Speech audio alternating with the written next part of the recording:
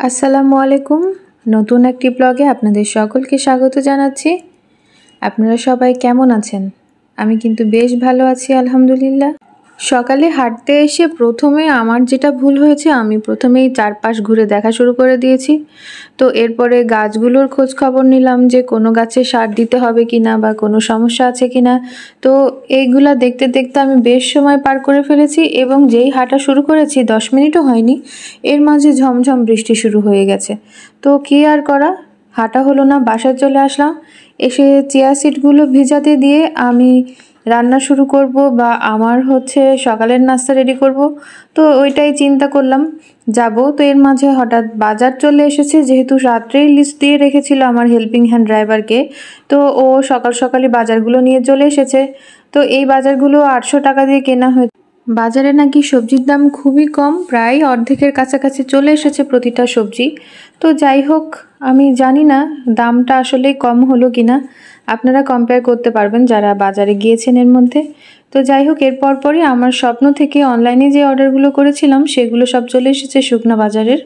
তো এই সব কিছুই আমি মিলিয়ে নিচ্ছিলাম। আজকে আসলে যেহেতু গতকালকে বেশি করে মাছ মুরগি রান্না করেছিলাম, তো আজকে তেমন একটা রান্না ছিল না। আজকে মূলত আমার বাজারের দিন, তো এই জন্যে এদিকেই বেশি মনোযোগ দিয়েছি এবং বেশি সময় পার করেছি। সব কিছু গোছগাছ করে তুলে রেখে তারপরে আমি দুপুরের রান্নার জন্য একটু সবজি রেডি করব চিন্তা করেছিলাম।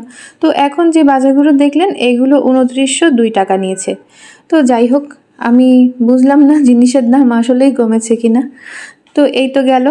এরপর আমি কিছু আলু, লাউ, পেঁপে, একটা ঝিঙা দিয়েছি, সাথে সামান্য গাজর দিয়ে একটা পাঁচমিশালি সবজি তৈরি করব। তো সেজন্য সবজিগুলো কেটে নিলাম এবং সময় যাতে বাঁচে সেজন্য প্রেশার কুকারে আমি 2টা জাস্ট হুইসেল দিয়ে নিব, যাতে সবজিটা একটু ভালো মতো সিদ্ধ হয়ে যায়, আধা সিদ্ধ থেকেও একটু বেশি, 75% মতো। তো এরপরে আমি সিদ্ধ করে নেওয়ার পরে এটা একটু রসুন বাটা, পেঁয়াজ বাটা আর একটু জিরা বাটা দিয়েছি, তার সাথে লাল মরিচের গুঁড়া দিলাম, হলুদ আর লবণ দিয়ে যেহেতু সিদ্ধ করেছিলাম এই জন্য এখন আর লবণ দিলাম না, সামান্য হলুদ দিয়ে দিয়েছি সাথে।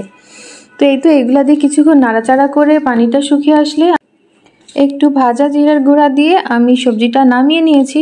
তো এই তো রান্না শেষ। আর আগের দিনের মুরগি, মাছ রান্না এগুলো সবই ছিল, আলু ভর্তা করা ছিল, আলু ভর্তাটা আমি সকালেই করেছি। তো যাই হোক, এগুলা দিয়ে আমরা আজকের লাঞ্চটা শেষ করলাম। তো লাঞ্চের টাইম পার করার পরে আমি যেহেতু আজকে তেমন কিছু রান্না করিনি, তো তারপরেও ভাবলাম যে একটু নুডলস রান্না করে নিই বিকালের জন্যে। নুডলসটা আমি একটু সবজি দিয়ে রান্না করেছি, পটল আর গাজর দিয়ে এগ নুডলস, আর সেই সাথে কিছু ফ্রুট সালাদ করব, সেজন্য একটু লেবু কেটে নিচ্ছি আর একটা পেয়ারা কেটে নিয়েছি, একটা শসা, আপেল। এই তো এগুলা দিয়ে আমি একটা ফ্রুট সালাদ করব। তো এটার মধ্যে টক দই বা অন্য কিছু মেশাবো না। এই সালাদটা আমি প্রায়ই বাসায় করে থাকি বিকালের নাস্তার জন্যে।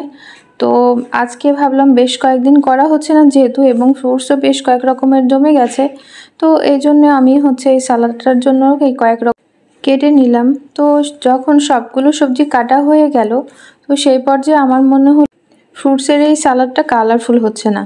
তো তখন আমি কিছু গাজর কেটে নিলাম, অতি সামান্য অল্প একটু কেটে নিয়েছি, যাতে এটার সাথে মেশালে একটু সুন্দর কালার আসে। তো এটা আমি ভালো করে ধুয়ে নিলাম, নিয়ে একটু সামান্য জিরার গুঁড়া, বিট লবণ আর একটু গোলমরিচের গুঁড়া দিয়েছি, কালো গোলমরিচ।